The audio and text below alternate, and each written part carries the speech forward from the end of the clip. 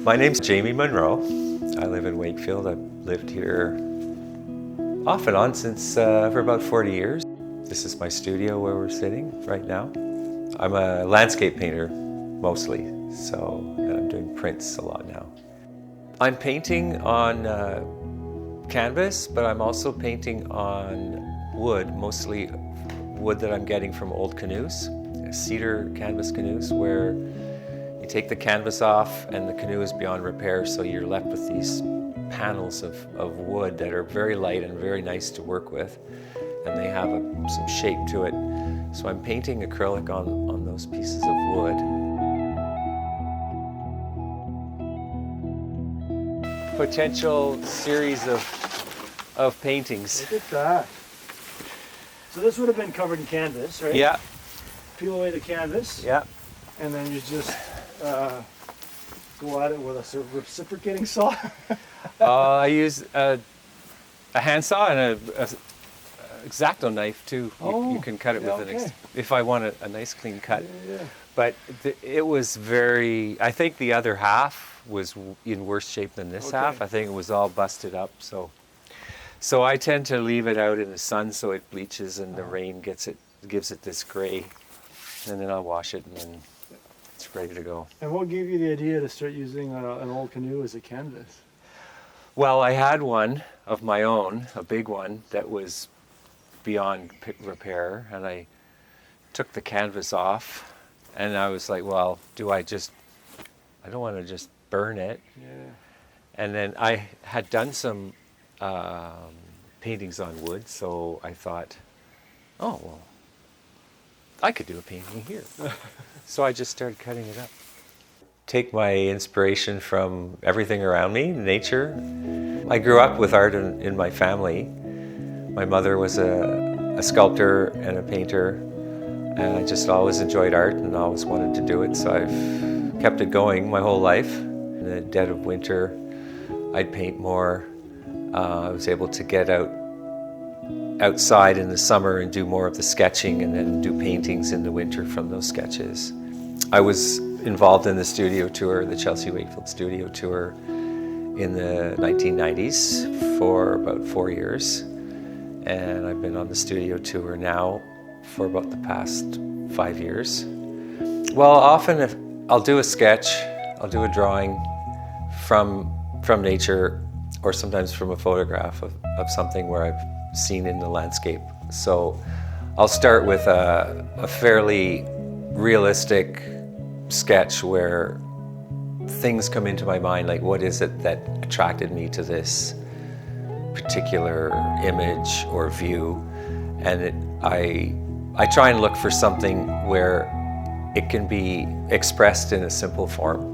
There's forms in nature that are repeated over and over, and from like macro, from the universe, to the micro in like the seashells and things. So those shapes, the spirals and wave patterns and all these different shapes are integrated into almost anything that you see. So I sort of look for, it just comes out, or I try and break it down so that when I do a drawing or a painting, you can't fool someone to think this is real. It's not. I'm not trying to make something that looks real.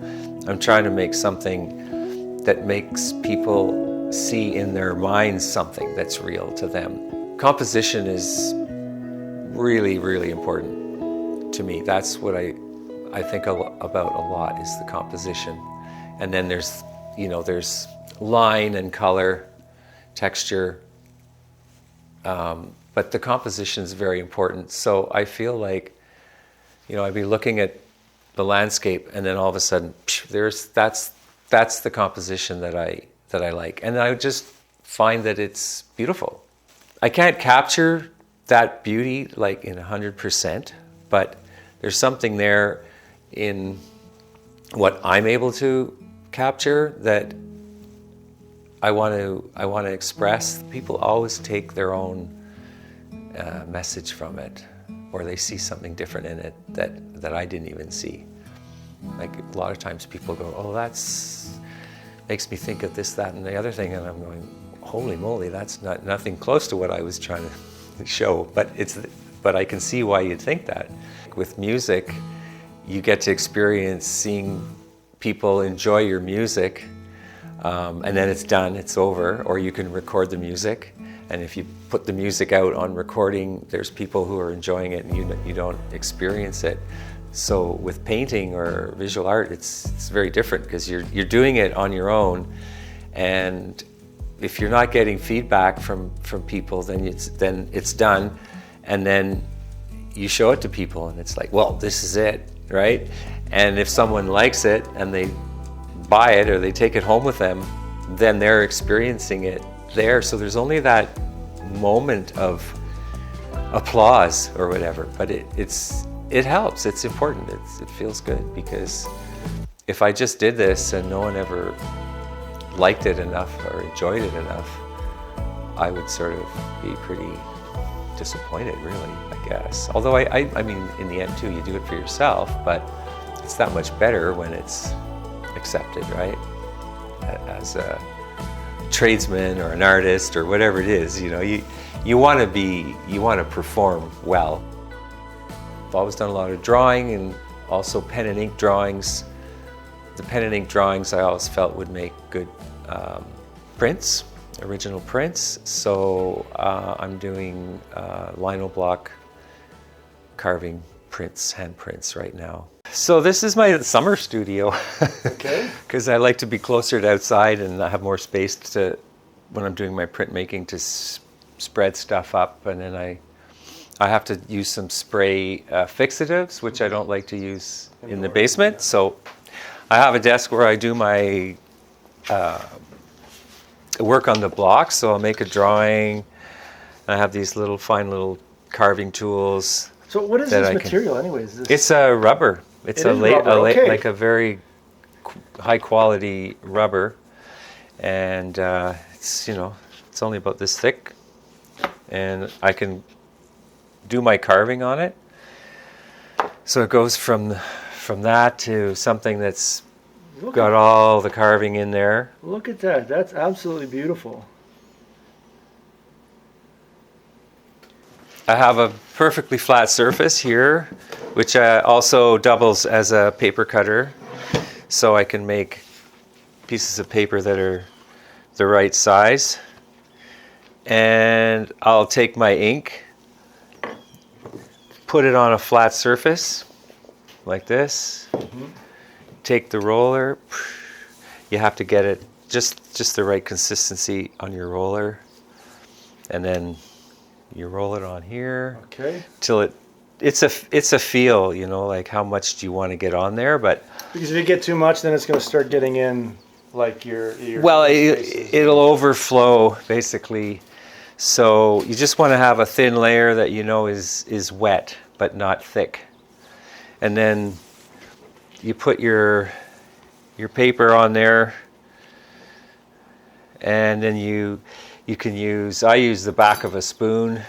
Sometimes I can use a bottle on a bigger plate, like the bottom of a bottle.